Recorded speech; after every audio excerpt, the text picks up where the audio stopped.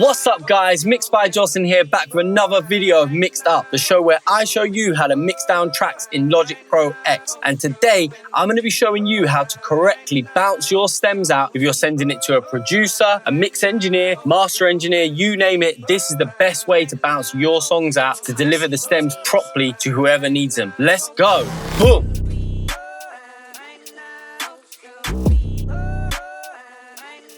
Okay, sweet. So today we're going to be talking about how to bounce down your stems properly in Logic Pro X.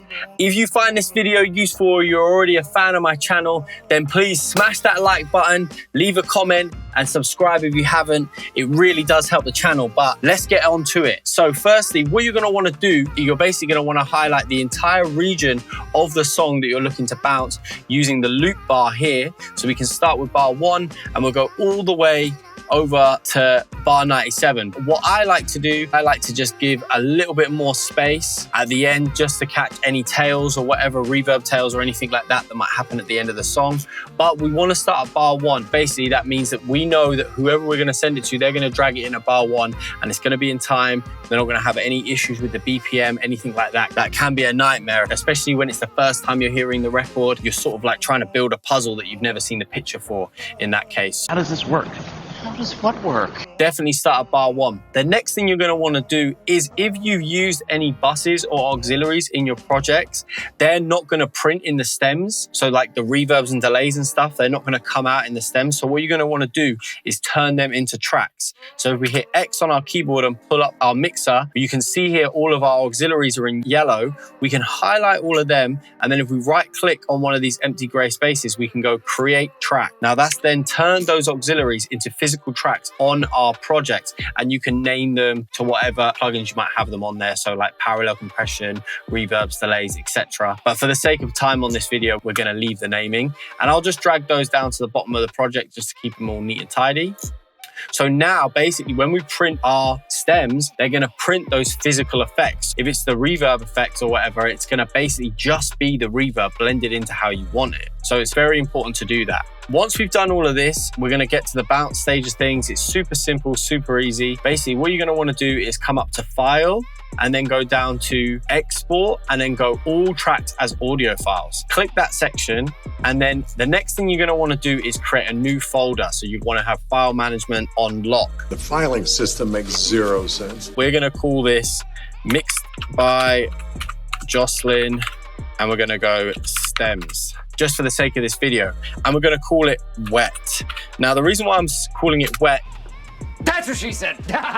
is because I'm going to bounce 2 versions of these stems and I highly suggest you do the same thing. We're going to bounce a version of the stems with all of the effects on and like the compression, EQs, anything like that, and the volume in which we set in our mix that we have right now. This way, if you're sending it to a producer or another artist or even an engineer, they have the option whether to use your existing mix printed as stems. Then we're going to do another version where we do the dry version as well, which is probably what your engineer is going to want to use because they're not going to want to try to mess around with what you've already done. But to do the dry version, basically we're going to have a few different settings on here.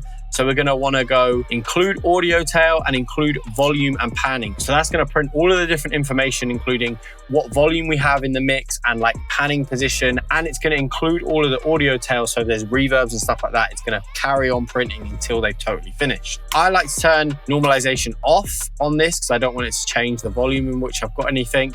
WAV is always the preferred format and 24-bit will be just fine. And then basically we can go here and go export cycle range only. So that's going to print everything that we've selected up here in this yellow bar. So that's exactly what we want to do. And then we can kind of come here and we can customize track number, project name and track name. But I think that's going to pretty much cover it. We don't need the hour, day, time. All that stuff is a bit overkill. And then once that's done, we can hit export. This part of the process can take a while, so Harry's going to skip through this bit and I'll catch you once it's done.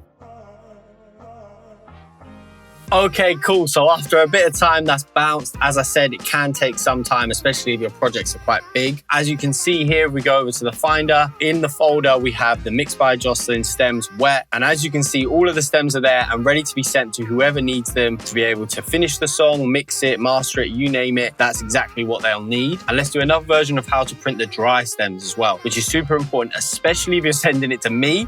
Don't fuck it up.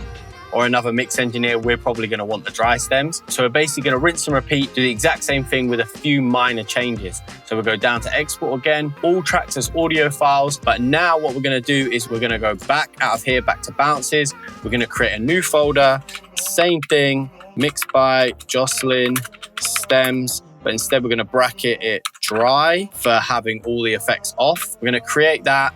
And basically what we're going to do is we're going to untick include volume, and we're going to bypass all effects plugins, which is that there. And then everything else we can keep off and keep the same. So then we can just go over to export and print like so. And then it's going to print the files dry as per. I'm not going to do this whole bounce because that takes forever. But yeah, I hope this has been beneficial to you. It can be very frustrating and time consuming, especially when you're trying to send projects over and like, you know, you might send the Logic file and then it doesn't open properly. There isn't certain plugins. This is definitely by far the most efficient and most professional way of sending over your projects and your stems in Logic Pro X. If you found this video useful, please give it a like. If you have any questions, leave them in the comments below, and make sure you subscribe and ring the bell because I'm uploading videos like this weekly, and I'll catch you guys in the next one. Safe.